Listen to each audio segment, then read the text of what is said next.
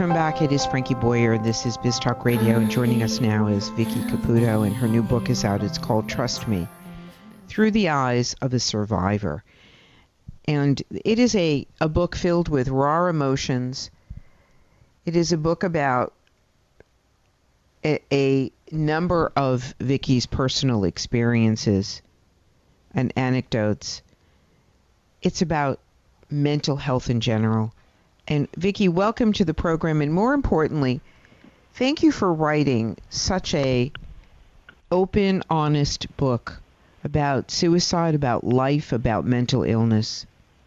Thank you so much for having me. I'm really glad that I'm able to share this kind of raw emotion and hopefully help others and ultimately save some lives. Please do, because this is a question we often wonder. Why? Why would someone do it? Why? You know, there's a lot of reasons depending on the person.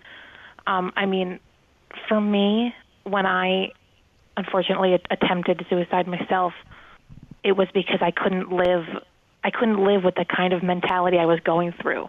I couldn't imagine living another moment in this state. And I didn't realize at the time that there is help and that recovery is possible. And that was my main reason.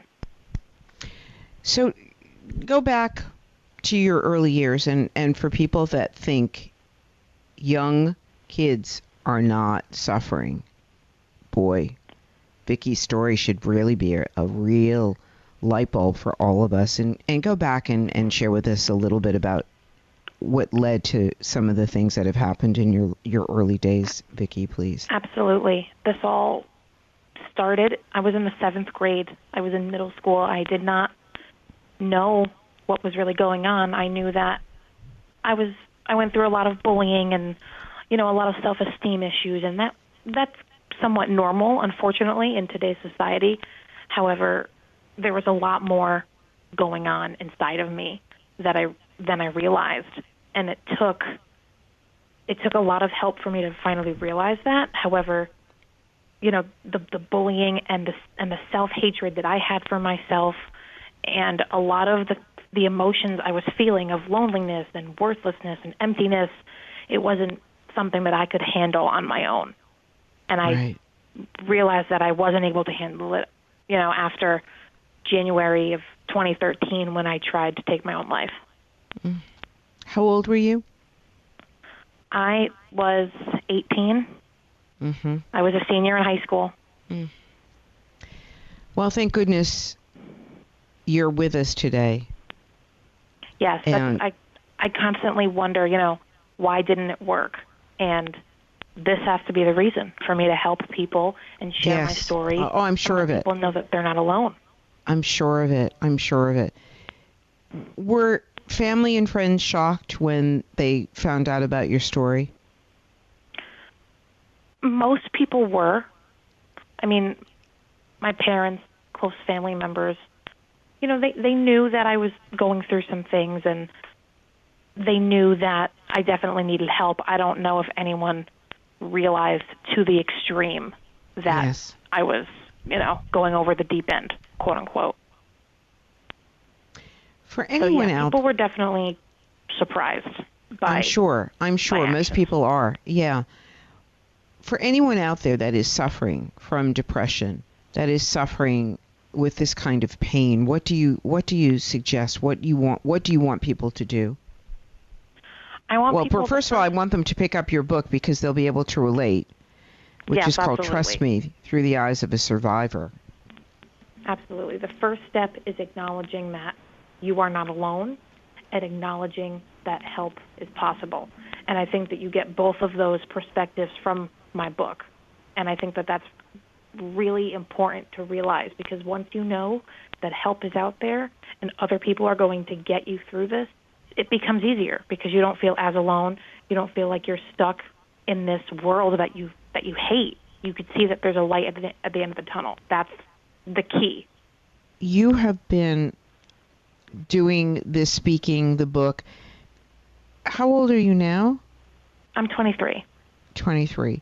So it's just been a few years. And how is life for you today? I'm in a much better place now. It took me a while to get to this place. However, when I think about my past, and again, I ask myself, why? And I say to myself, this is why. Because I'm helping people and I'm giving people hope and inspiration. And that's been so rewarding to me that I've been getting a lot of positive feedback, a lot of really nice comments from people like thank you so much for being a philanthropist and for inspiring me and all these amazing things that it's really it helps my self-esteem a lot, and it helps me to know that I'm doing something positive and hopefully changing the world. Yeah.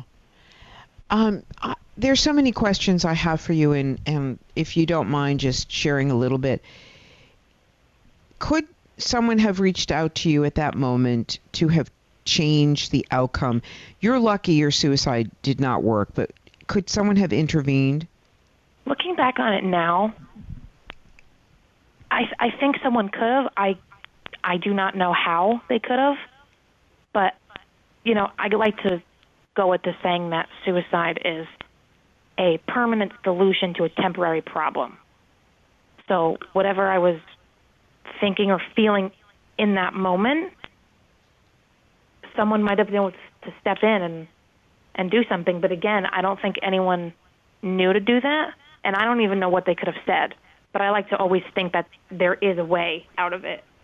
As a young woman today, your goal is to help people. How do you take the balance of helping people and continuing to do self-care for you? That's a question that I've gotten quite a few times, and it took me a while to kind of formulate an answer. But I've come to the conclusion that helping people is the biggest part of my self-help. Seeing that I'm doing good, seeing that I'm making a difference, it sparks a fire in me to not only want to do more, but to say, when I'm having, a depressive moment, I can take a step back and look at all the good I'm doing, and it helps me take care of myself. Yeah.